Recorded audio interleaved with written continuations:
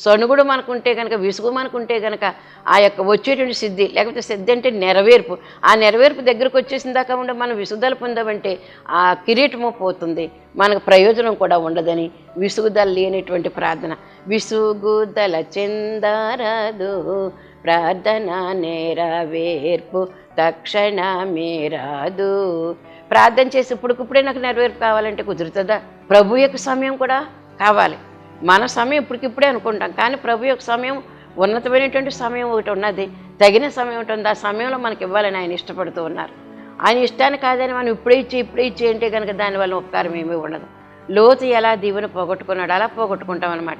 ఇప్పుడే ఇచ్చే ప్రభు అని అనడానికి వీలేదు. అడగడం మనకు సహజం, ఎందుకంటే అడగమన్నాడు కాబట్టి అడిగాము. అడిగినటువంటి దాన్ని ఎప్పుడు ఇస్తాడో అడుగుతూనే ఉండాలి, అడుగుతూ స్తుతులు చేస్తూ ఉండాలి. ఇచ్చేసినందుకు నీకు వందనాలు తండ్రి అంటే ఆయనకి ఇష్టమైనటువంటి సమయంలో మనకి ఆ ప్రతిఫలాన్ని మనకి ఇస్తాడు.